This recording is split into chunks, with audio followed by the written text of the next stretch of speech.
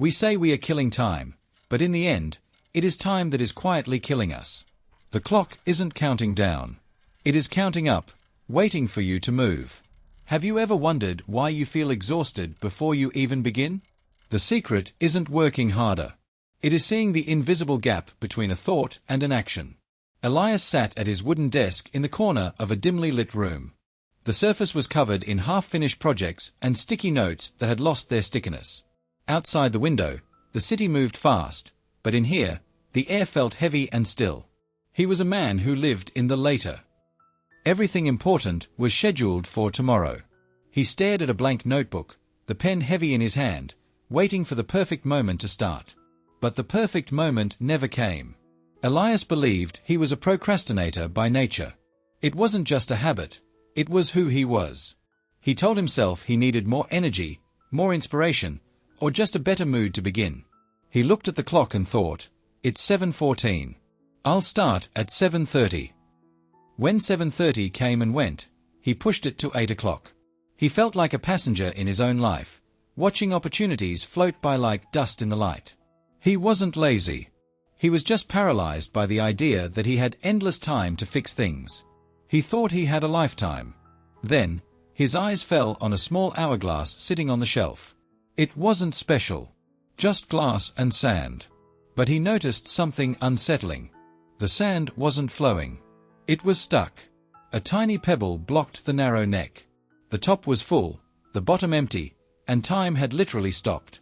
It wasn't running out because it wasn't moving at all. It looked exactly like him. Elias stared at the blocked sand. A strange panic rose in his chest. He realized he was waiting for the pebble to move itself. He was waiting for permission. For years, he had treated time like a bank account that automatically refilled. But looking at that glass, he felt the heavy silence of the room crushing him. What if the right time was a lie? What if the feeling of readiness never arrives? He felt a sudden, sharp grief for the hours he had just thrown away today. Not years, just today. The fear wasn't about failing. The fear was remaining exactly here, at this desk, with this blank page, forever. He didn't write a novel.